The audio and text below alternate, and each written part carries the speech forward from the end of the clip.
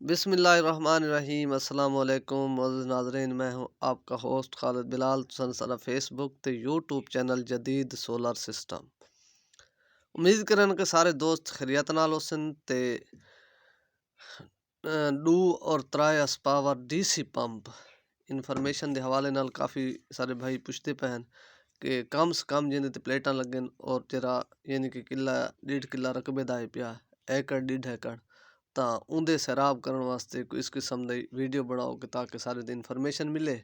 ਜੋ DC pump ਦੇ ਹਵਾਲੇ ਨਾਲ ਕਮ ਸੇ ਕਮ ਪਲੇਟਾਂ ਲੱਗਣ ਔਰ ਪਾਣੀ ਵੀ दूध आ सकूं मिले। और इस तो इलावा बाकी है डू और त्राए बई त्राए दा पंप ਤਾਂ ਇਹ ਜਿਹੜਾ ਡੂ ਬਈ ਡੂ ਦਾ ਪੰਪ ਹੈ ਪਿਆ ਇਹਕੂ ਤੁਸੀਂ ਇਹ ਚੱਲਦੇ त्राए ਪਲੇਟਾਂ 550 ਵਾਟ ਦੇ ਉੱਤੇ ਔਰ ਡੂ ਪਲੇਟਾਂ 550 ਵਾਟ ਤੇ ਵੀ ਚੱਲ ਵੈਂਦੇ ਕਿਉਂਕਿ ਇਹ ਪੰਪ ਜਿਹੜਾ ਹੈ ਪਿਆ 24 ਵੋਲਟ ਦਾ ਹੈ ਪਿਆ। ਤਾਂ ਇਹਦੇ ਨਾਲ ਇਹਕੂ ਤੁਸੀਂ ਇਹ ਕਰੇ ਸੋ ਕਿ ਅਗਰ ਤੁਹਾਡੀ ਵਾਟਰ ਲੈਵਲ ਬਿਲ ਫਰਜ਼ 10 ਫੁੱਟ 12 ਫੁੱਟ ਤੱਕ ਹੈ ਤਾਂ ਤੁਸੀਂ ਇਹਦੇ ਤੇ 2 ਪਲੇਟਾਂ ਵੀ ਲਾ ਸਕਦੇ ਵੇ। हाँ अगर थोड़ा पानी बिल्कुल ही कम है बाज़ औक़ात ऐसे इलाके में जिथे 5 फुट 4 फुट या खुले पानी दे तुस लेंदे वे तां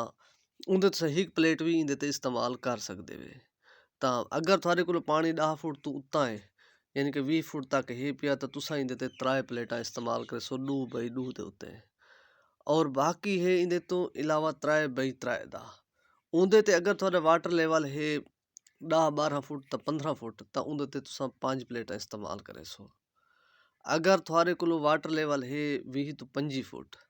तो उंदे ते तुसा 25 फुट तक होवे तो 6 प्लेटां दा इस्तेमाल करे सो। अगर उंदे ते वाटर लेवल 10 फुट तो भी घट है या 10 फुट है तो तुसा उंदे ते 4 प्लेटां 3 बाई 3 ते इस्तेमाल कर सकदे वे। तां इंदे तो इलावा बाकी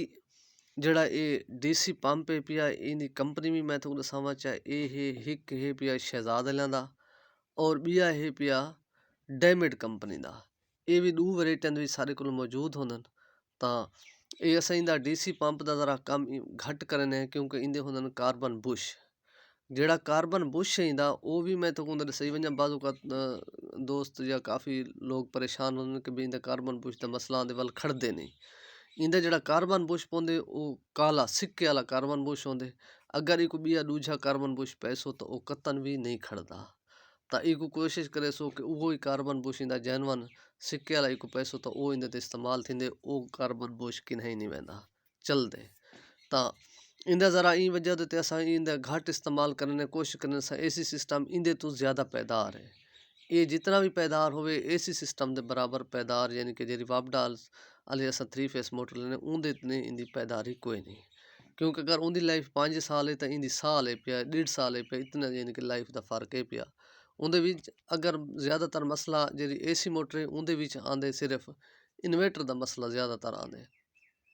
साल बाद 2 बाद उनका इन्वेटर का कोई छोटा मोटा मसला है तो वो फिट कराना पौंदे। लेकिन इन्दा ज़्यादातर आंदा रहे कार्बन बुशां का मसला साल चलसन 1.5 चलसन उस तो बाद कार्बन बुश ख़त्म थी वैसन वाल बाज़ काफ़ी असन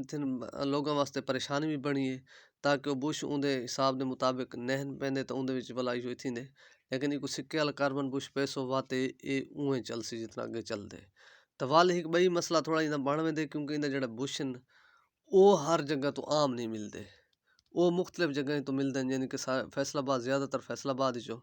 नहीं तो सारे लिए भी हुण मिल वेंदे पहले सारे लिए विच नहीं मिलते।